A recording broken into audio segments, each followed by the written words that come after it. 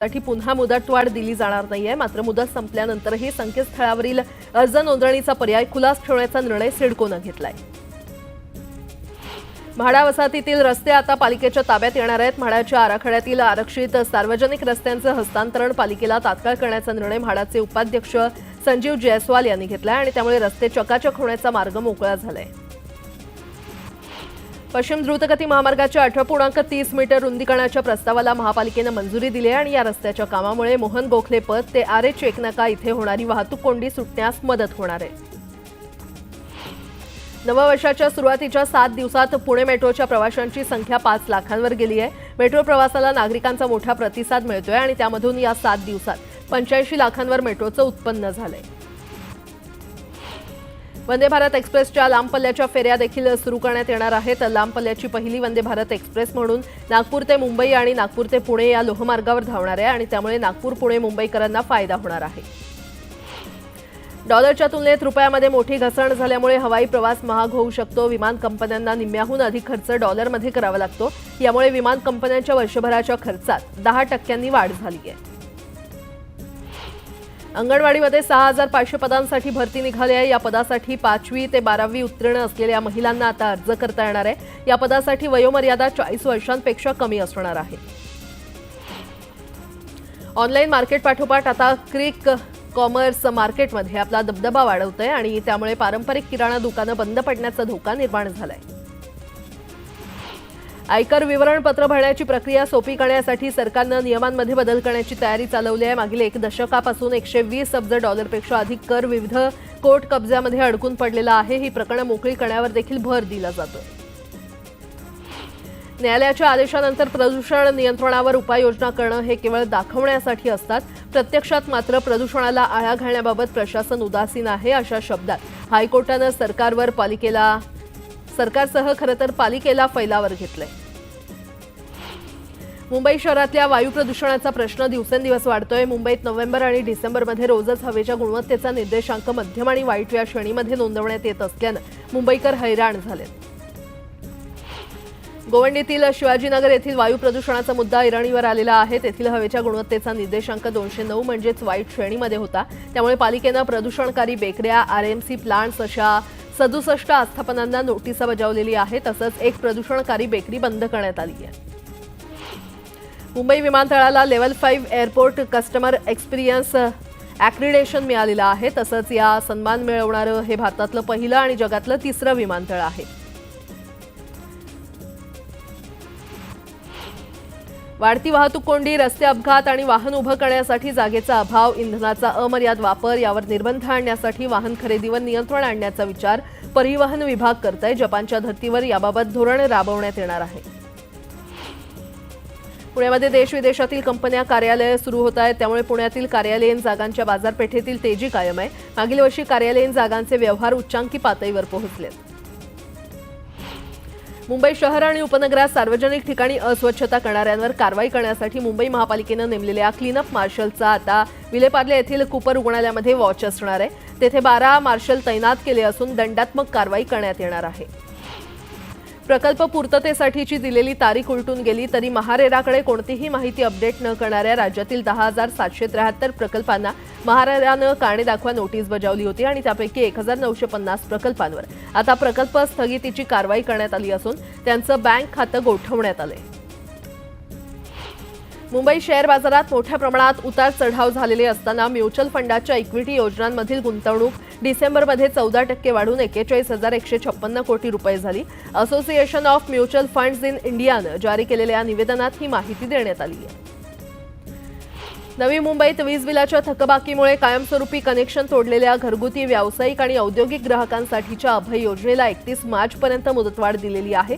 योजनेअंतर्गत थकबाकीवरील संपूर्ण व्याज आणि विलंब आकार माफ होणार आहे। पश्चिम रेल्वेने गेल्या 9 महिन्यात फुकट्या प्रवाशांवर कारवाई करत त्यांच्याकडून 104 कोटी रुपयांचा दंड वसूल केलाय। तसंच मुंबई उपनगरीय विभागात लाखो फुकटे प्रवासी आढळून आले असून त्यांच्यावर कारवाई करत 33.98 कोटी रुपयांचा दंड वसूल केलाय। महावितरणाच्या नागपूर प्रादेशिक विभागाअंतर्गत सुरक्षा आणि अंमलबजावणी विभागातील भरारी पथकाकडून एप्रिल 2024 ते डिसेंबर 2024 या कालावधीमध्ये संपूर्ण विदर्भातील एकूण 7,984 ग्राहकांची तपासणी करण्यात आली। यापैकी 2,421 ग्राहकांकडे वीज चोरी आढळून आली। ठाणे मेट्रो प्रकल्पाला मागील वर्षी केंद्रीय मंत्रिमंडळाने परवानगी दिली होती। आता या मेट्रोचं काम सुरू आहे। पुढील 5 वर्षात हा प्रकल्प सुरू होणार असल्याची शक्यता आहे। मेट्रोची काही स्थानकं देखील मेट्रो 4 आणि 5 ला जोडली जाणार आहेत। म्हाडाच्या परवडणाऱ्या घरांच्या किमती दुप्पट झाल्यानं म्हाडा विजेत्यामध्ये नाराजी झालेली आहे आणि ठाण्यामधील म्हाडा विजेत्यांनी गृहनिर्माण मंत्री एकनाथ शिंदे यांची आनंद मठामध्ये भेट घेतली। एकनाथ शिंदेंच्या भेटीनंतर आम्हाला न्याय मिळेल असा विश्वास त्यांनी व्यक्त केला। ठाणे पालिकेनं थकीत कर वसुलीसाठी अनोखी शक्कल लढवली आहे। थकबाकीदारांच्या दारात जाऊन ढोल ताशे वाजवत कर भरण्याचं आवाहन करण्यात येते। उधार घेतलेले पैसे देण्यास टाळाटाळ केल्यानं पुण्यामध्ये एका तरुणानं एका तरुणीची हत्या केली आहे आणि या घटनेचा व्हिडिओ सोशल मीडियामध्ये व्हायरल झाला असून अनेक लोक उपस्थित असतानाच या तरुणानं तरुणीवर हल्ला केला। दरम्यान हा हल्ला करत असतानाच या हल्लेखोराला अडवण्याची हिंमत कुणामध्येही झाली नाही। पाहूया। पुण्याच्या विमाननगर परिसरातील एका नामांकित IT कंपनीत नुकतीच एका तरुणीची हत्या करण्यात आली होती। शुभदा कोदारे असं या तरुणीचं नाव होतं। या घटनेचा एक व्हिडिओ सध्या सोशल मीडियावरती व्हायरल होतोय। IT कंपनीतील एका इमारतीच्या खिडकीतून हा व्हिडिओ शूट करण्यात आला। शुभदावरती चॉपरने सपासप वार करण्यात आले, मात्र दुर्दैव असं की तिच्या मदतीला कोणीही आलं नाही। विशेष म्हणजे सगळा प्रकार घडताना चौबाजूला अनेक जण उपस्थित होते, मात्र आरोपीच्या हातातील शस्त्र पाहून कोणी त्याच्या जवळ जाण्याची हिंमत केली नाही। आरोपीने हातातील शस्त्र खाली टाकताच बघ्यांनी साहस दाखवत त्याला धरलं आणि चोप दिला। खूपच भयानक आहे आणि आजूबाजूच्या लोकांनी खरंच पुढे येऊन तिला वाचवायचं होतं। उद्या तुमच्या घरातली एखादी महिला असेल, तुमची बहीण, आई, कोणी, तर तुम्ही हे करणार नाही का? तुम्ही पण मदत करायला पाहिजे होती। आर्थिक व्यवहारातून इमारतीच्या पार्किंगमध्ये दोघांमध्ये पुन्हा वाद झाले। यावेळी कृष्णाने धारधार चाकूने शुभदावरती वार केले आणि जखमी अवस्थेत असतानाच उपचारादरम्यान तिचा मृत्यू झाला। पुण्यात घडलेल्या तरुणीच्या हत्येनं राज्यभरात खळबळ उडाली आहे। गेल्या काही महिन्यात पुण्यातील गुन्हेगारीमध्ये मोठी वाढ झालेली दिसते। कोयता गँग असो किंवा गोळीबार असो, वारंवार गुन्हे घडताना दिसतायत। यावरून अजित पवार यांनी नाराजी व्यक्त केली असून पुणे पोलीस आयुक्तांना इशारा दिलाय। पुणे IT कंपनीत काम करणाऱ्या तरुणीची दिवसाढवळ्या हत्येची घटना घडल्याने खळबळ उडाली। पुण्यात गेल्या काही दिवसात कोयता गँगसह इतर गुन्ह्यांचं प्रमाण वाढीला लागलंय। विद्येचं माहेरघर असलेल्या पुण्यातील या वाढत्या गुन्हेगारीबाबत उपमुख्यमंत्री अजित पवारांनी नाराजी व्यक्त केली। दरम्यान एक जरी घटना घडली तरी पोलिसांनी गांभीर्यानं घेतली पाहिजे असं राज्याच्या मुख्यमंत्र्यांनी म्हटलं। पुण्यामध्ये गुन्हेगारी खूप मोठ्या प्रमाणात वाढते आहे असं म्हणणं योग्य होणार नाही, पण अर्थात एक जरी घटना झाली तरी ती गांभीर्याने घेतली पाहिजे। अशा काही घटना घडत आहेत त्याच्याकडे आमचं लक्ष आहे। पोलिसांनी साधारणपणे सगळ्या घटनांमध्ये आरोपींना तात्काळ पकडलेलं आहे। पुण्यातील वाढत्या गुन्हेगारीवरती पायबंद घालण्याचं मोठं आव्हान पुणे पोलिसांसमोर आहे। RTE अंतर्गत प्रवेश प्रक्रियेसाठी शाळा नोंदणीचा पहिला टप्पा पूर्ण झालाय। तसंच 13 जानेवारीपासून विद्यार्थी नोंदणीला सुरुवात होणार आहे। तर आतापर्यंत मुंबईमध्ये 274 शाळांची नोंदणी झाली आहे। RTE अंतर्गत प्रवेशामध्ये अनेक पालक एजंटच्या भूलथापांना बळी पडतात। मुळशी तालुक्यात असे अनेक प्रकार घडत असल्याचं शिक्षण विभागाच्या निदर्शनास आलंय। त्यामुळे खोटी माहिती आढळली तर शिक्षण विभागाकडून कारवाई केली जाणार असल्याचं जिल्हा परिषदेचे शिक्षण अधिकारी संजय नाईकडे यांनी स्पष्ट केलंय।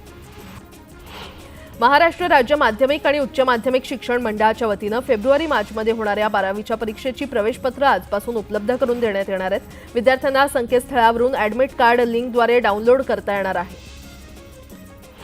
वैद्यकीय विज्ञानमधील राष्ट्रीय परीक्षा मंडळानं पदव्युत्तर वैद्यकीय अभ्यासक्रमांना अधिकाधिक विद्यार्थ्यांना प्रवेश घेता यावा यासाठी पात्रता निकष शिथिल करण्यात आलेला आहे। पर्सेंटाईल 15% कमी करण्याचा निर्णय घेण्यात आला आहे।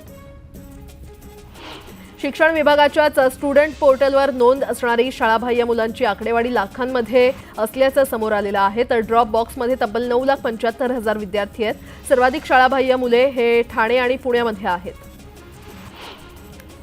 महाराष्ट्रात जवळपास 300 बाजार समित्या आहेत, पण काही तालुक्यांमध्ये बाजार समित्या नाही आहेत आणि या तालुक्यांमध्ये बाजार समित्या का नाहीत याचा अभ्यास करून त्या तालुक्यांमध्ये नव्यानं बाजार समिती स्थापन करण्याचा विचार होणार आहे। हवामान बदलामुळे भारतातील गहू आणि तांदळाचं उत्पादन 6 ते 10% घटेल, त्यामुळे त्याची महागाई वाढेल। यामुळे कोट्यावधी लोकांच्या परवडणाऱ्या अन्नधान्याच्या उपलब्धतेवर, अन्न सुरक्षेवर परिणाम होईल असा इशारा हवामान खात्यानं दिलाय। तसंच येत्या काळात पाणी टंचाईचा देखील सामना करावा लागू शकतो। राज्यात कांद्याची आवक चांगलीच वाढली आहे. आज एकूण 43,636 क्विंटल कांद्याची आवक झाली आहे. त्यामुळे शेतकऱ्यांसह व्यापाऱ्यांमध्ये आनंदाचं वातावरण आहे. राज्यात एकूण 14,389 क्विंटल तुरीची आवक झाली. लाल तुरीला सर्वाधिक आवकेच्या बाजारांचा विचार करता लातूरमध्ये कमीत कमी 7,400 तर सरासरी 7,800 दर मिळाला. राज्यातील बाजार समितीमध्ये सोयाबीनची 50,790 क्विंटल इतकी आवक झाली तर सोयाबीनला 4,016 रुपये प्रति क्विंटल इतका दर मिळाला. यात लातूर येथील बाजार समितीमध्ये सोयाबीनची सर्वाधिक आवक 13,372 क्विंटल इतकी झाली.